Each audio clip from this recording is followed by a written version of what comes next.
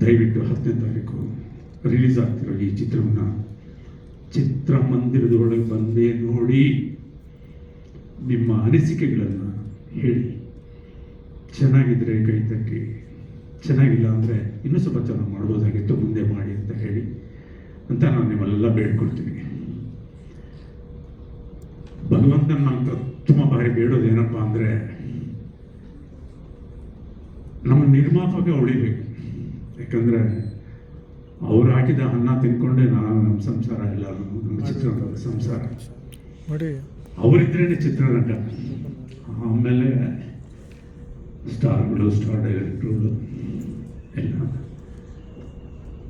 ಈ ಚಿತ್ರ ಸಿಲ್ಕ್ ಮಂಜುನಾಥ್ ಅವ್ರು ಮಾಡಿದ ಈ ಚಿತ್ರ ಅವರೇ ಮಾಡಿದಂಥ, ಉಪೇಂದ್ರ ಅವ್ರನ್ನ ಹಾಕ್ಕೊಂಡು ಮಾಡಿದಂಥ ಈ ಚಿತ್ರಕ್ಕೆ ಅಷ್ಟೇ ಚೆನ್ನಾಗಿ ಹೋಗಲಿ, ಅದರಲ್ಲಿ ಗಳಿಸಿದ ಹಣಕ್ಕಿಂತ ಜಾಸ್ತಿ ಈ ಚಿತ್ರದಲ್ಲಿ ಗಳಿಸಲಿ.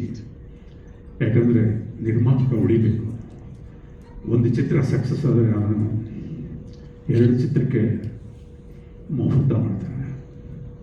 ಅದರಲ್ಲಿ ನೂರಾರು ಸಂಸಾರಗಳು ಸಂತೋಷದಿಂದ ಹೊಟ್ಟೆ ತುಂಬಿಸ್ಕೊಂಡು ಚಿತ್ರರಂಗದಲ್ಲಿ ಉಳಿತಾರೆ.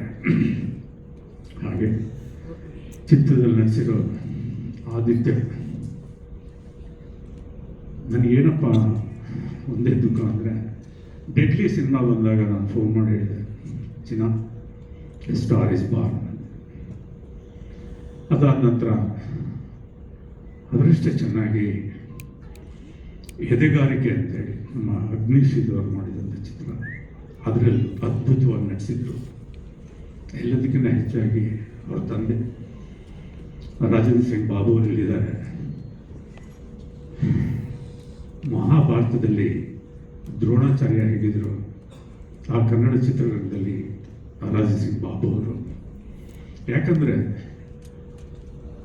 ಅವರ ನೆರಳಲ್ಲಿ ಬಂದ ಕಲಾವಿದರಾಗಿರ್ಬೋದು, ತಂತ್ರಜ್ಞರಾಗಿರ್ಬೋದು, ಎಲ್ಲರೂ ಸೂಪರ್ ಹಿಟ್. ಚಿಕ್ಕ ಚಿಕ್ಕ ಮಕ್ಕಳನ್ನು ಮಾಡಿ ಸಿಂಹದ ಮರಿ ಸೈನ್ಯ ಮಾಡ್ತಾರೆ, ಸೂಪರ್ ಹಿಟ್. ಚಿಕ್ಕ ಚಿಕ್ಕ ಮಕ್ಕಳನ್ನ ಇಟ್ಕೊಂಡು ನಾಗಲೂರಲ್ಲಿ ಮಾಡ್ತಾರೆ, ಸೂಪರ್ ಹಿಟ್. ಸಾಹಸ ಸಿಂಹ ಅಂತ ಬಿರುದು ತಗೊಂಡು ಕಮರ್ಷಿಯಲ್ ಚಿತ್ರಗಳನ್ನೇ ಮಾಡ್ತಿದ್ದ ವಿಷ್ಣುವರ್ಧನ್ ಜಿಯವ್ರನ್ನ ಹಾಕ್ಕೊಂಡು ಒಂದು ನವಿರಾದ ಪ್ರೇಮ ಕಥೆ ಮಾಡ್ತಾರೆ, ಅದ್ಭುತವಾದ ಹಾಡುಗಳನ್ನು ಕೊಡ್ತಾರೆ, ಅದು ಸೂಪರ್ ಡೂಪರ್ ಹಿಟ್. ಯಾರೂ ಸರಿಯಾಗಿ ನಾಯಕ ನಟನನ್ನಾಗಿ ಉಪಯೋಗಿಸ್ಕೊಳ್ಳೋದ ಅಂಬರೀಷ್ ಜಿಯವ್ರನ್ನ ಕರೆದು ಪ್ರೊಡ್ಯೂಸರ್ಸ್ಗೆ ಹೇಳ್ತಾರೆ, ನನ್ನನ್ನು ನಂಬಿ ದಯವಿಟ್ಟು ಈ ಕಥೆ ಒಂದು ಚೆನ್ನಾಗಿ ಸೂಟ್ ಆಗ್ತವೆ, ಹೈಟು ಪರ್ಸನಾಲಿಟಿ, ಇನ್ಸ್ಪೆಕ್ಟರ್ ಕ್ಯಾರೆಕ್ಟರ್ಗೆ ಭಾಳ ಒಪ್ಪುತ್ತೆ, ನನ್ನ ನಂಬಿ ಈ ಪಿಕ್ಚರ್ ಹಿಟ್ ಆಗುತ್ತೆ ಅಂತೇಳಿ ಆ ಸಿನಿಮಾ ಮಾಡ್ತಾರೆ. ಆ ಸಿನಿಮಾ ಕಾಂಟ್ರವರ್ಸಿ ಆಗುತ್ತೆ, ಕೋರ್ಟ್ಗಳಲ್ಲಿ ಕೇಸ್ ಬೀಳುತ್ತೆ, ಚಿತ್ರ ರಿಲೀಸ್ ಆಗೋದೇ ಡೌಟ್ ಅನ್ನಿಸ್ತಾರೆ, ನಿರ್ಮಾಪಕರು ತಲೆ ಚಿಚ್ಕೊಳ್ತಿರ್ತಾರೆ. ಚಿತ್ರ ರಿಲೀಸ್ ಆಗುತ್ತೆ, super duper hit. Over night rebel star is Born. ಅದಷ್ಟೇ ಮಾತ್ರ ಅಲ್ಲ, ಆ ಚಿತ್ರವನ್ನು ಭಾರತದ ಮುಖ್ಯ ಚಿತ್ರ ನಿರ್ಮಾಪಕರು ಮುಖ್ಯ ಭಾಷೆಗಳಲ್ಲಿ, ಅಂದರೆ ತೆಲುಗು, ತಮಿಳು, ಹಿಂದಿ ಎಲ್ಲ ಭಾಷೆಗಳನ್ನು ರೀಮೇಕ್ ಆಗುತ್ತೆ. ಅಂತ ಒಬ್ಬ ದ್ರೋಣಾಚಾರ್ಯ, ಅವ್ರ ಪಿಕ್ಚರ್ನಲ್ಲಿ ನಾನು ಸತತವಾಗಿ ಮಾಡಿದ್ದೀನಿ. ಅವರ ನಿರ್ದೇಶನ ಮಾಡಿರ್ಬೋದು, ಇಲ್ಲ ಮಾಡದೇ ಇರ್ಬೋದು, ಅವರ ಸಂಸ್ಥೆಯ ಚಿತ್ರಗಳಲ್ಲಿ ನಾನು ಇರಲೇಬೇಕು.